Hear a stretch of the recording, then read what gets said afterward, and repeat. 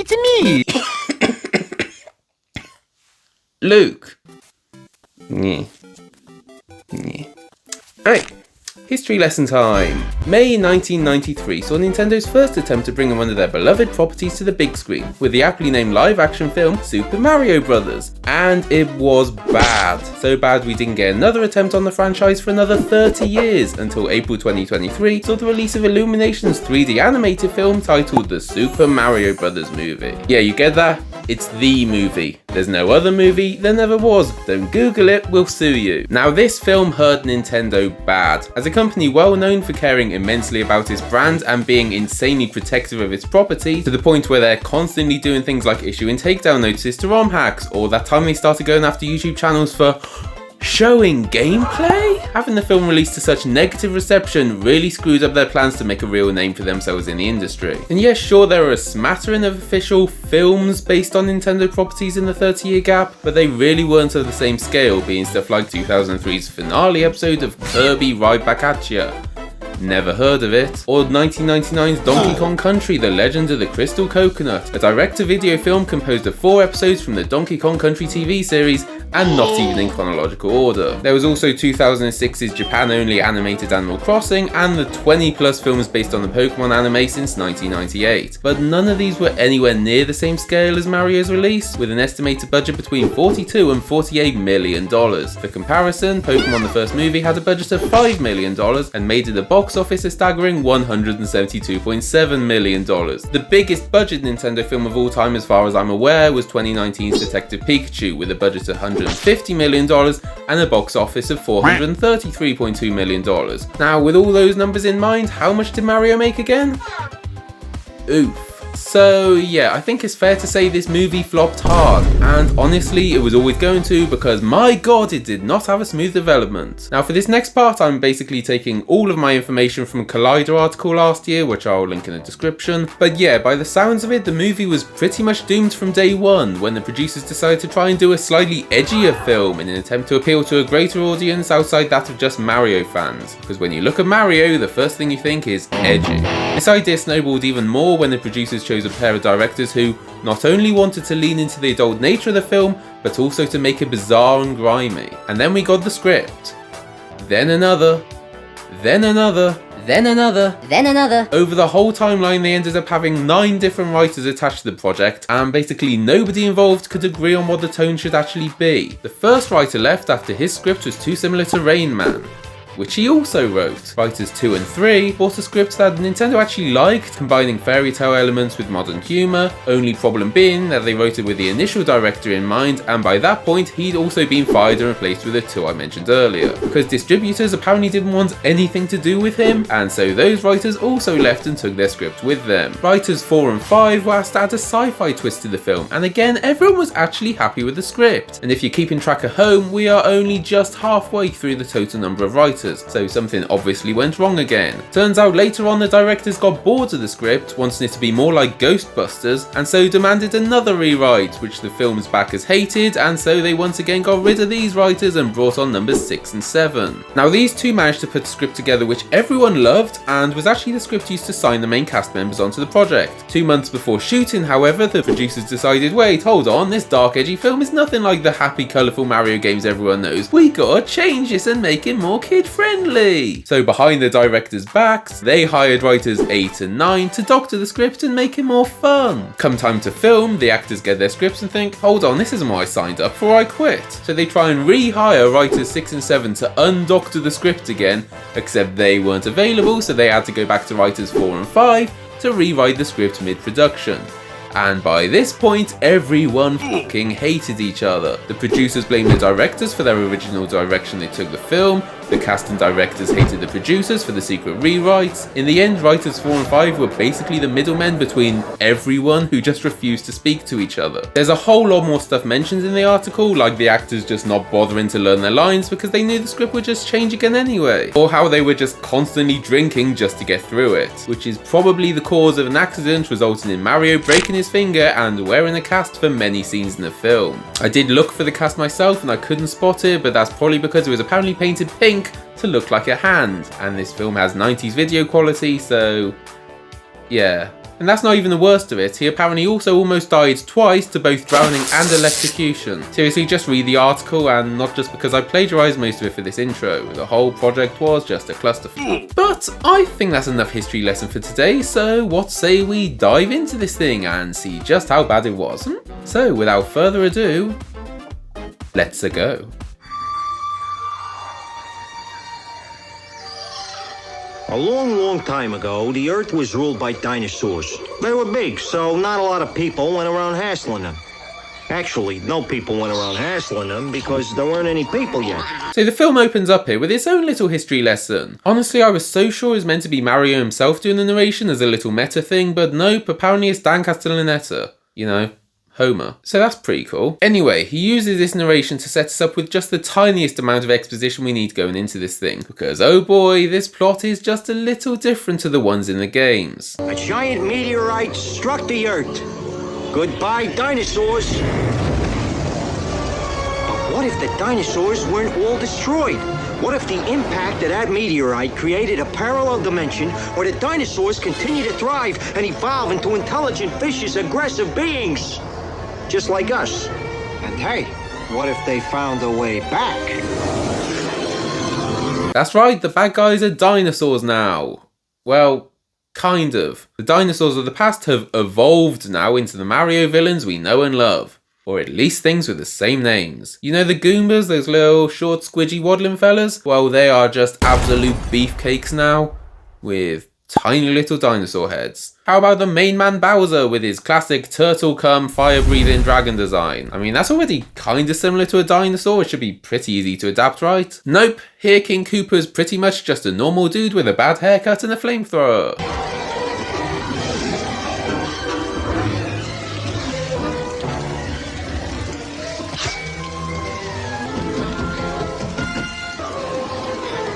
So the film opens up proper with this scene 20 years before the rest of the film, with some mystery woman leaving some mystery container at a nunnery before running away down some manhole and pretty much immediately getting killed by Koopa collapsing the whole tunnel onto her. Meanwhile at the nunnery, the container has opened up now to reveal just a massive dinosaur egg, which then starts to hatch into just the most adorable baby girl! Wait, is that how that works? Can't believe I was lied to. Now normally I'd carry on with the plot and just introduce characters and certain plot points and stuff as we get to them, but honestly this film is just fucking chaos. Honestly, at the time of writing this part of the script, I've really been struggling to even make jokes about it. It's just, this happened, then this happened, then this happened. Did you know this part is different to the games? So I think it's easier for us all if I just get some things out of the way now before we go any further. So first thing to note is that unlike basically every Mario game ever, this film doesn't take place in the Mushroom Kingdom. Nope, instead it starts off in good old New York. Guess it was really ahead of its time. But the majority of the film takes place in its own original setting in that dinosaur dimension mentioned earlier, in a little city named Dino Hatton, which is located on the planet Dino Hatton. Go figure. Now I said this isn't the Mushroom Kingdom, and that is true, but it's also kinda not, because Dino Hatton does have a king, and he is a mushroom, but we'll get onto that later. First, let's take a look at our main characters. So starting off, we have our title characters, the Mario brothers, Mario Mario and Luigi Mario. Yep, that's their real names. Name? Mario. Last name? Mario. Okay, what's your name? Luigi. Luigi? No, Luigi Mario. And that's canon now. Thanks, Shigeru. And actually, they're barely even brothers. Turns out Luigi's an orphan who Mario took in and raised from a young age, so they got a real weird dynamic going on where they act like brothers, but also Mario's kind of his dad. He's been my mother my whole life. Hey. For context, Bob Hoskins was 18 years older than John Leguizamo, but I guess caregiver older siblings do exist, so yeah, I can buy it. Also, obviously, they're from New York now, so they're not the cartoonish characters we know from the games. Well, actually, Luigi's pretty close. He's still a goofy, scrawny guy. He's just a bit less of a scaredy cat here. But Mario, gone's the happy, bouncy guy we love. Here, he's just a typical Brooklynite, gruff and grumpy, and looks like he'll fight you first chance he gets. I'm gonna break every bone in their body, and then I'm gonna kill them. But he is still short and fat, so I guess it's fine. Next, we have Princess Peach. except no we don't, because she's not in the movie at all. Mario does have a girlfriend in the form of Daniela, but she doesn't really have much to do with the plot, she's just kind of there. Nope, instead the main princess here is Daisy, aka Luigi's love interest from the games, aka that baby that hatched from the egg. So she's the daughter of the king of Dino Hatton and his wife, that woman who left the egg with the nuns earlier. I don't even want to think about how that huge thing came out of her. Also, she's played by the same actress that plays Daisy, so that's kind of weird, right? Now I bet you're thinking, wait, hold on, I thought you said the king was a mushroom. How did he breed with a woman? Oh god, this isn't going to be some sort of hentai shit, is it? And don't worry, it isn't. He just wasn't a mushroom back then. We'll get there when we get there. Now I think that's pretty much all you need to know so far. There are more named characters that appear, like Toad and a couple Koopalings, but they can be handled when we get to them. So, back to the story. Mario Brothers Plumbing. No leak too small. No, it's not a big problem. Just leave it to the professionals. Luigi, we got a broken dishwasher at the Riverfront Cafe. We got Mike. So now we're introduced to Mario and Luigi in their crappy little apartments, and they're really struggling. We ain't going broke, Mario. We're already there. Yeah? Ow! Oh, are you spending money on this stuff? They've got no money, their rent's 3 months overdue, and I guess they can't afford doors on their van that actually shut. This will be faster. Come on, breathe in, big brother. We'll get there. Luigi! But yeah, they've got basically no business anymore because all the work's been taken by the plumbing division of Scapelli. Scapelli. They beat us to it again. Another lost job. So Scapelli is pretty much a secondary antagonist in this film, but given that most of the film takes place in another dimension, you kind of just forget about him. He's another one that's just kind of there. But for the first 15 minutes we're actually in New York, he's a very big name, being like the one key player in construction in the whole of New York apparently. But one of his projects is having a little bit of trouble. One of Brooklyn's largest construction projects has been ordered shut down as university students continue their search for dinosaur bones. Head contractor Anthony Scapelli is now arriving, hoping to settle the dispute. Who's in charge of this hole? And of course, since he's a bad guy in New York, he's basically the mafia. Bada bing, bada boom. Mr. Worldwide as I step in the room. So yeah, one of his construction sites is being interrupted by some students looking for dinosaur bones. And these students are led by Princess Daisy herself, who I guess was raised by the nuns to just really believe in evolution. Progressive. I'm the boss here. I'm Anthony Scapelli. I'm the boss elsewhere. And Scapelli, being the shrewd businessman he is, basically threatens to abduct or murder her if she doesn't get everyone out of there by tonight. Look like a smart girl. I'll bet you'll be done by tonight. You know, a lot of girls have been going missing in Brooklyn lately. I'd be careful. So she has to run off to a payphone to call the university, by which she means ask them to send more security because fuck Scapelli. Absolute queen. I mean, princess. There she is. Yeah? You sure? On the way to the phone though, she's spotted by two of King Koopa's henchmen, Iggy Koopa, who's also his cousin, and Spike, which was the name of an enemy type in the games, but I guess it's just this Koopa's actual name. Again, like King Koopa and basically everyone else in Dino Hatton, Iggy and Spike are pretty much just normal humans. Well, minus the normal because they're weird as hell. They say it's dark. Don't blow it this time. But still very much human. Anyway, Scapelli's construction of the dig site has reopened the tunnel leading to Dino Hatton, and so King Koopa has sent these two to kidnap Daisy and bring her back to him. Let's get her.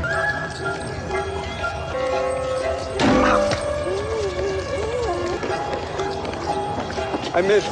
Nice job. No idea how these idiots managed to locate her, but apparently they did. It did take them a while though, because those missing girls from earlier, yeah, they were all just these morons taking the wrong girls. 2 arms, 1 head, 2 legs. Koopa's gonna kill us if we blow it again.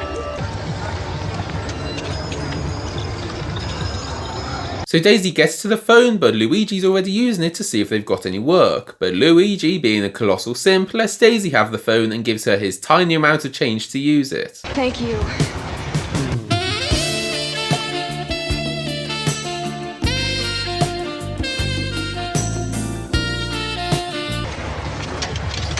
Meanwhile, Mario's been in the shop trying to get some product placement to fix their shitty broken down van. Oh, you think that's the worst of it? Just you wait. Why didn't you have a little guess now where it might be? Because you ain't gonna get her. Anyway, Mario tries wingmanning Luigi and they offer her a lift, and Daisy, feeling anxious about being watched, decides it's safe to get in a van with 2 strangers. Okay, thanks. thought it was broken. I fixed it. Luigi just about manages to ask her out. It's a pleasure to meet me. I mean, it's a pleasure to meet you. Dinner. Do you eat? Yeah? And so they go on a double date with Mario and Daniela. Not much happens here other than Daisy giving us a bit more exposition. A meteorite hit here a long time ago. And, well, we think it could be what destroyed all the dinosaurs. Which would explain why the portal to Dino Hatton exists, I guess. Big meteorite came, blasted our universes into parallel dimensions. And secondly, she's worn that little crystal thing she was left with all her life. I never take it off. Well, I know it sounds weird, but I mean, it's the only thing I have from when I was found. Huh? Oh, I was abandoned. Oh. I grew up at St. Teresa's on Fulton Street. You're an orphan. Of course, I'm an orphan. No idea what it is yet, but it's obviously important because King Koopa was desperate for it in the intro. Where's the rock? So after the date, the pair split off, with Daisy taking Luigi to explore the dig site while Mario drops off Daniela at her house. Unlucky for her, the morons have followed her, and because she smells of Daisy now, they figure, well, she's obviously just Daisy wearing a disguise, so they kidnap her. Back in the tunnels under the dig site, Luigi and Daisy are just about to make out, but are interrupted by some of Scapelli's goons, straight up flooding the place to try and force the students out. Luigi fetches Mario and they start plumbing the shit out of those leaks. 2116, open it! 2116, open it. Before the idiots come back from dropping off the wrong girl yet again. If we get it wrong one more time, he's gonna kill us. He's not gonna kill us. He's not that nice. Knock out the brothers. And finally kidnap the actual princess and take her back to Dino Hatton. The brothers wake up, however much later, and manage to follow them to the exact spot where the secret wall portal place is. Accidentally rip off Daisy's crystal and then follow her into just the best LSD trip that 90s CGI could manage. Look down there! Where's Luigi?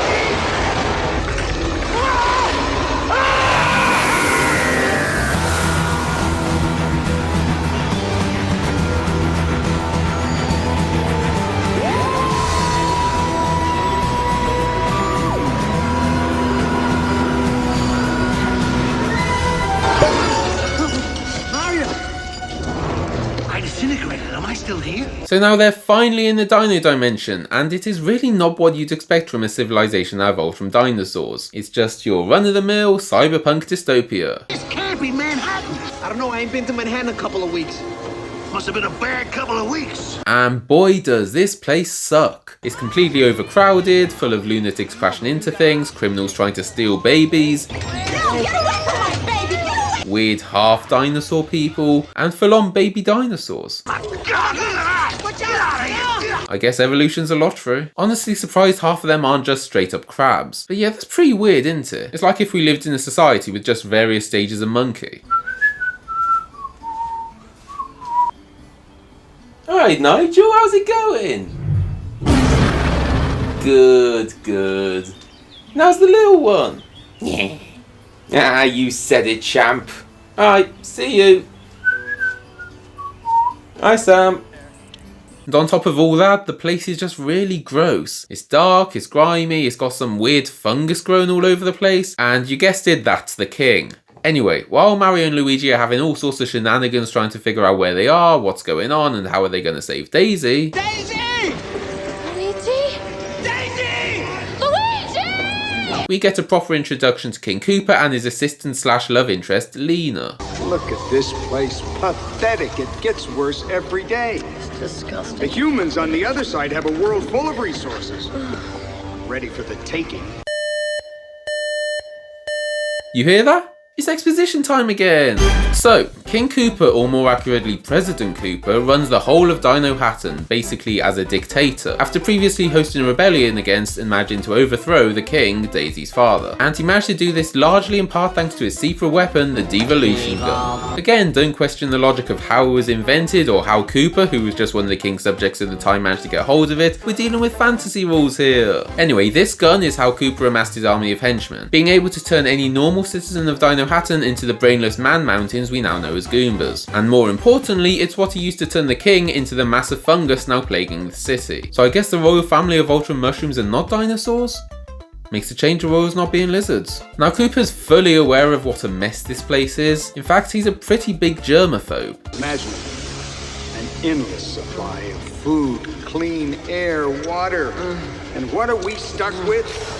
This pit hole, germs everywhere, fungus. So his big evil plan in the film is to merge the Dino dimension with the main Earth dimension so they can have all the good stuff that the humans have had for far too long. And I guess probably get rid of the humans already living there? Or eat them? Classic colonial villain story. Nah, actually he just wants to devolve all of them too. After the merge, it will be nice to see the humans de-evolve, won't it?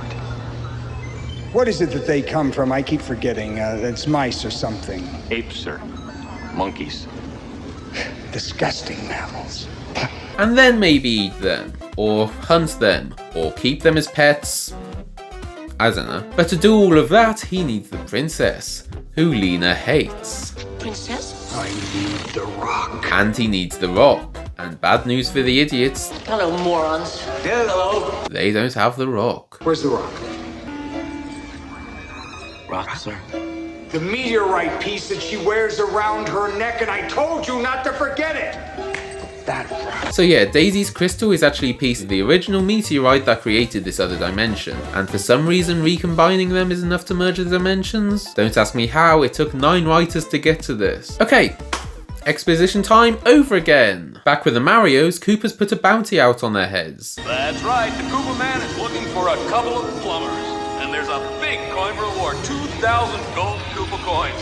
Guess he must have a serious plumbing problem. To be honest, I'm just impressed these guys actually have plumbing. Anyway, the brothers still have no idea what to do. They don't even know what to do about food because the street vendors are just selling stuff like lizards. Luckily, they meet a little old lady who might be able to help. Are you boys new here in town? You know, boys, it's very dangerous here in this neighborhood. You shouldn't wander around without a weapon. Yeah. You got one?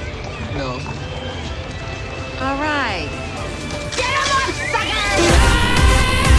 And then all hell breaks loose. Well, this ought to do. Don't touch that! Let me go!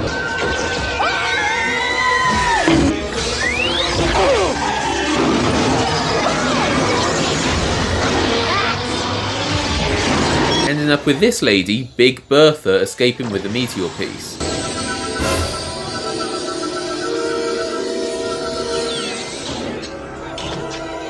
You know what character she's based on?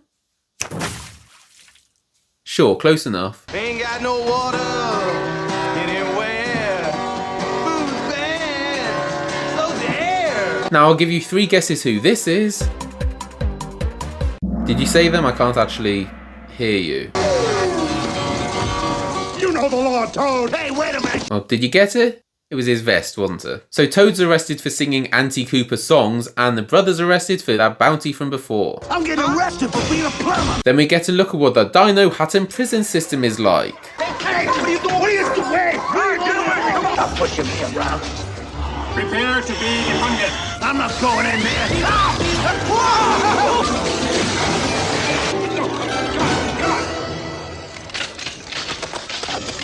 Oh, no. Wow. Nothing's changed. So they're taken to Cooper, who's doing his best Saul Goodman impression. Larry Lazard of Lazard. I'm from that little part of all of us that can't stand to see someone else in need or in pain. Who's this Cooper clown? We gotta talk to that goofball now. I don't think you want to do that. No. Where is that meteorite piece? The what? You know what I'm talking about! So then he takes the interrogation to the next level by threatening to devolve them. And he has the perfect subject to demonstrate on. Cooper! You're a lousy leader! Evolve. Cretaceous. See you later, alligator.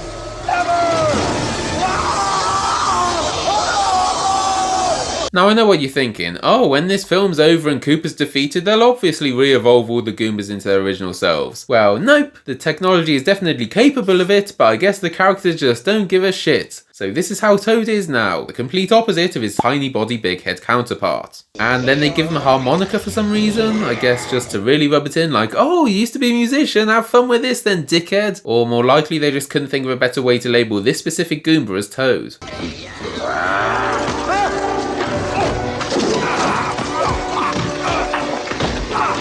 Guards! Arrest these back where you belong, lizard.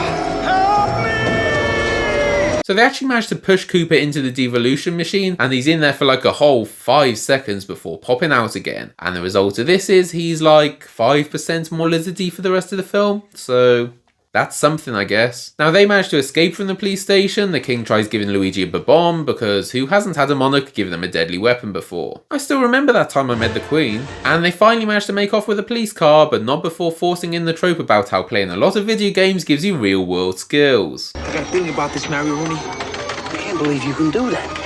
Comes from sitting on my butt all day playing video games, that's why. Which is just completely unrealistic. I don't know how to do a goddamn thing. Also, apparently all the police cars work on an electric system like bumper cars or trams or something. Damn, even in this dystopian hellhole, they still have clean energy. Security alert. Stand by for special bulletin. Alien species escaping from police detention. Aliens? Oh, we gotta deal with aliens too? Luigi, we're the aliens. Yeah? Whoa, cool! So they have a little police chase now. I mean, of course they do, it's a 90s movie. But before we get into that, I just want to take a second to appreciate their use of a dystopian version of the Spider-Man 2 pizza song. Oh no, Dr. Connor's class. So the chase is your standard fodder. They drive around a bit, they ride on top of a second car, and their actions result in the deaths of several police officers.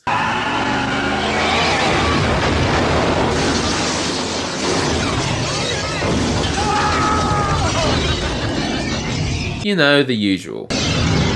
Mario then, for some reason, decides to drive into a tunnel. I don't know why, they've already lost the cops. But this disconnects them from the power grid, Mario loses control of the car, and then they Thelma and Louise it.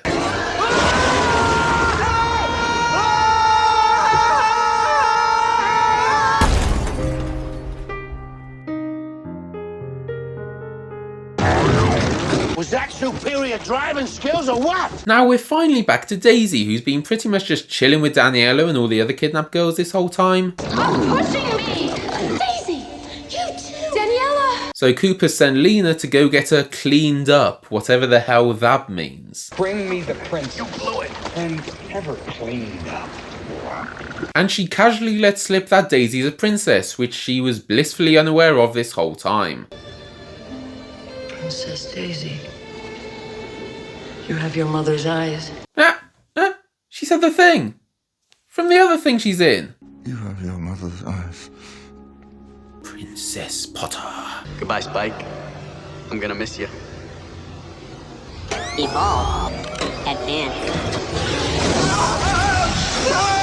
Yeah, this is big brain time. So Cooper's finally snapped and thought, why am I using these two morons when they keep screwing up? So he uses his machine to evolve them a bunch to make them geniuses. But still not crabs. Immersion broken. So remember that time Scooby drank the smart potion? Yeah, it's pretty much just that, just a decade earlier and not as funny. Quite an agreeable. Transmogrification. More like a, transfiguration. A simple metamorphosis. Enough! If you do not return with the plumbers and the rock, I shall personally kill you. We're going after you. And they're off again. Back to Daisy again, and now Lena's got her dressed into some of her dead mother's clothes. It was your mother's. Which is pretty weird. Power move, I guess. And she meets Yoshi, who's like a baby velociraptor thing. And I gotta give it to them, they managed to make him surprisingly cute. Then Cooper tries to sexually assault her, just in case you weren't totally sure he's the villain. You know what they say about little girls, don't you? They never forget the first time they're kissed by a lizard.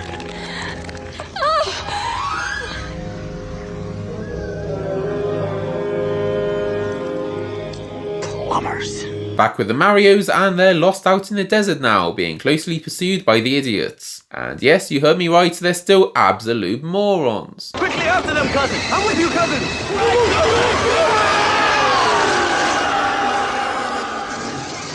They just know some bigger words now. Where's the rock, scallywag? Where's Daisy, butt breath? Where's the rock, overweening rogue? Not until you give us Daisy, biscuit head! Where's the rock? Shut up! Now, what's with this rock?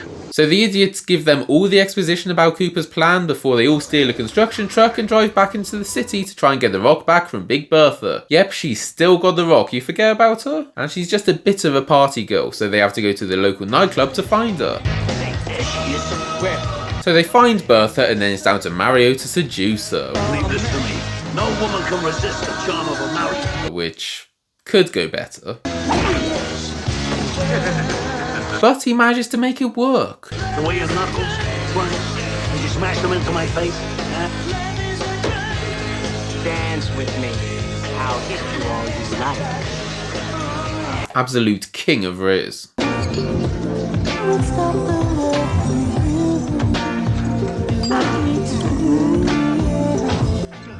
This is still a kid's movie, right? Anyway, he finally manages to steal the rock back from her.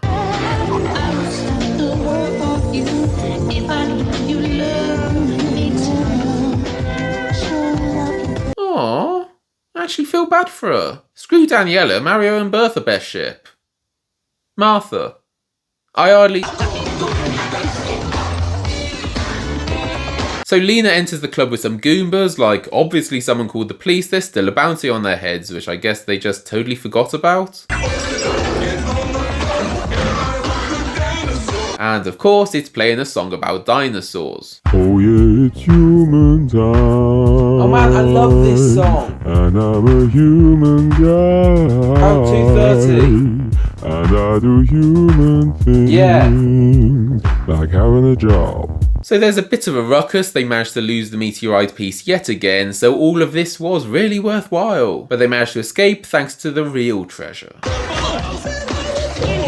Absolute queen, Martha forever. There's no time for that now, come on! So they use her special jump shoe things to burst out of the club before hitching a ride in a garbage truck all the way to the door of Cooper's tower. Daisy's in there somewhere, I know it.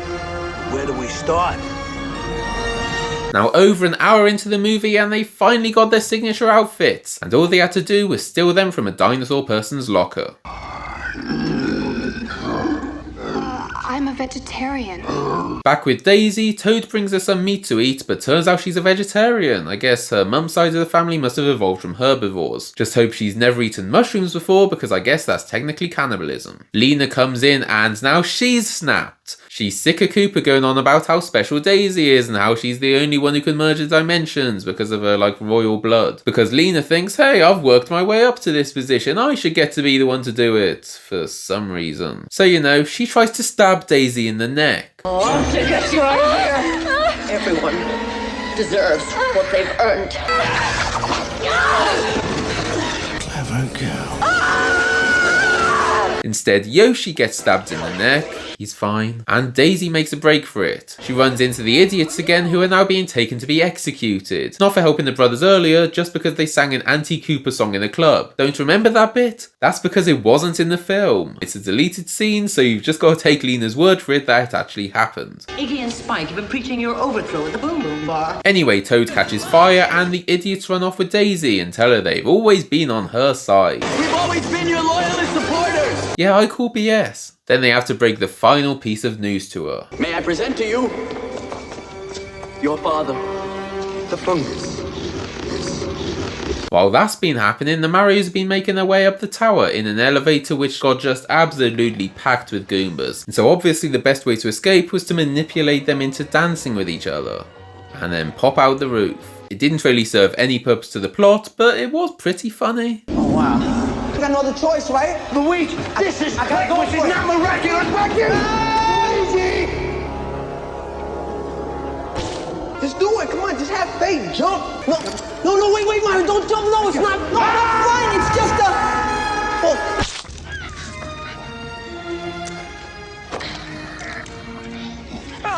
So Yoshi helps Daisy hack into some weird computer just sitting around in the King's mushroom room. Turns out this has access to the entire tower security system, giving her control over cameras and microphones and speakers, which she uses to guide the Marios to a location. I want you to meet my father. Well, it's an honor to meet you, sir, and a pleasure. And I just want to thank you for all your help. And now the plot just kind of goes on fast forward for a few minutes, so I'm just going to shoot through it. Lena heads off to do her stuff with the meteorite, but Cooper finds out and has her arrested. He also goes to where Daisy is and has her and Luigi captured, while Mario's off freeing Daniela and the other girls. Oh, Mario, I knew you'd come for me. Betcha. Yes! So So, we're in the endgame now. Koopa's got Daisy, Luigi, Lena and the meteorite piece. Meanwhile, Mario is having the time of his life on the girls' night out. Before almost crashing into and killing all of them.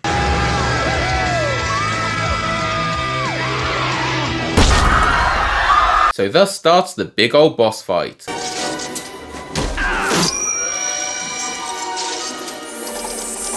Koopa drops the rock and Lena catches it before immediately getting a fatal death. JK, she's totally fine. This is a video game film, people don't die from stuff like that. My time has come! The universe is mine! Then Mario does a terrorism. He's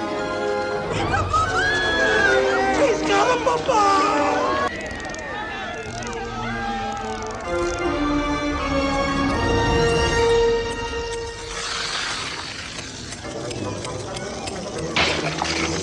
Messed up again, mammal. And then Lena tries to combine the meteorite pieces. Lena, don't! You're too late. You see, I do have the power.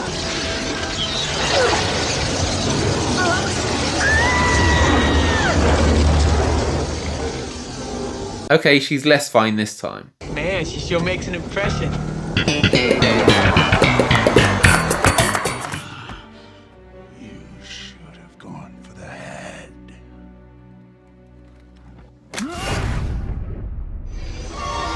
We're merging. We're merging!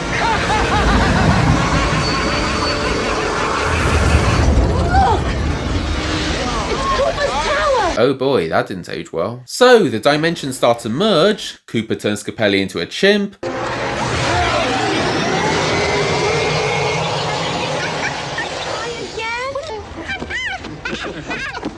Monkey!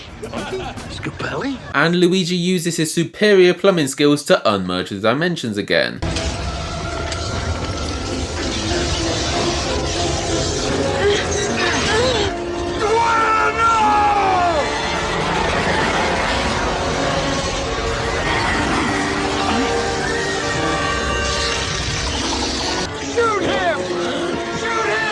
And then the film seems to just kind of remember a bunch of its random plot threads from earlier and just shoves them all in now. So Toad uses his harmonica to get all the Koopas to dance together again.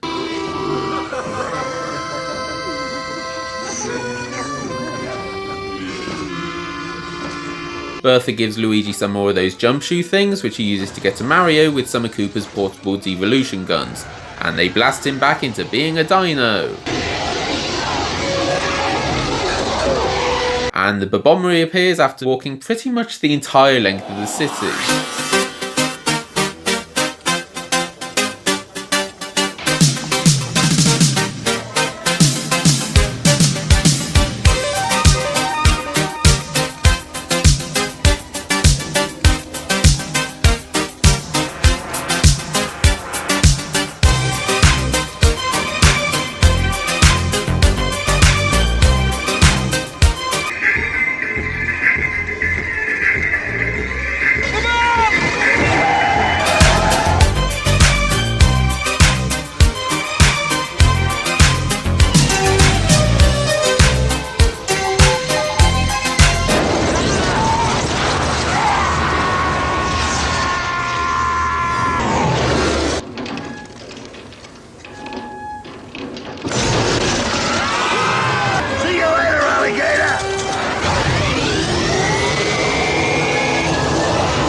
The brothers devolve Koopa into a puddle of slime.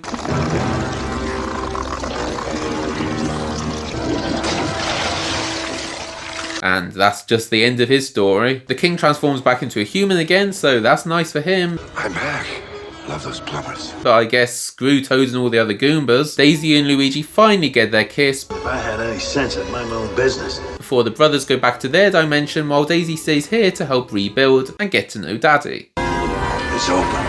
Come out, Luigi. Come on. Luigi, come and eat. Story of the Mario Brothers. Mario around the miraculous world! Come on, hurry up! Hurry up, come on! Courageously crossed a dimensional bridge and managed to return the missing Brooklyn girls and save a parallel world from a ruthless dictator. Amplified to the max. I'd call them the Super Mario Brothers.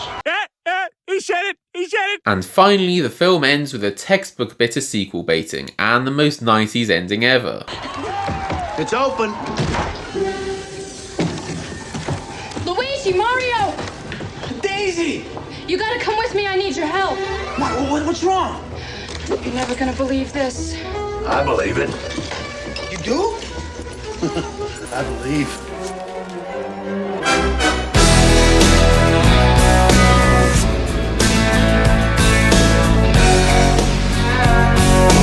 Believe it or not, this film actually has a post-credits scene. So that's where he got the idea. So the post-credits scene just goes full meta and shows Nintendo wanting to make a game about the Mario Brothers. A video game based on your many adventures. Pranked. That's not what it is. What would you call it? Iggy's World. The Indomitable Spike. The Super Koopa Cousins.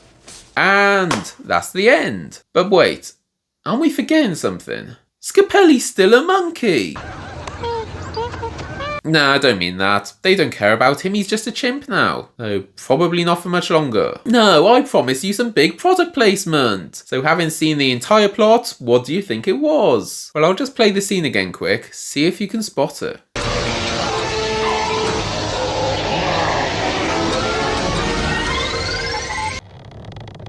Did you catch it? The bomb's got drip.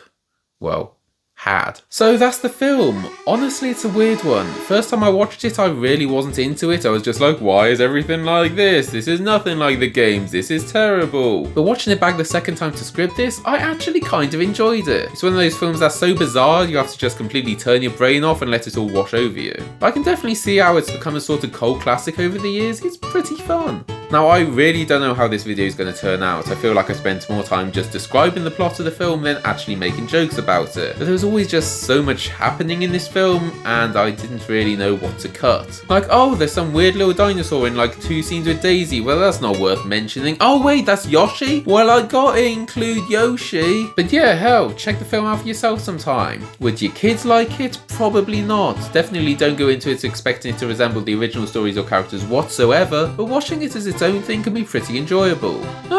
It's like a prototype Last Jedi. Honestly, I'm kind of sad it didn't get a sequel in the end because the main characters were really likeable, so it would have been nice to see them again. Though if the production was anything like the first one, they probably wouldn't have survived the filming. So I'm going to end it here. If you enjoyed this video, you know what to do. Like, comment, subscribe. Maybe one day we'll get the algorithm to actually push my videos to someone. I mean, why do you think I'm doing the Mario video now? I'm trying to hijack the algorithm because it's not worked so far.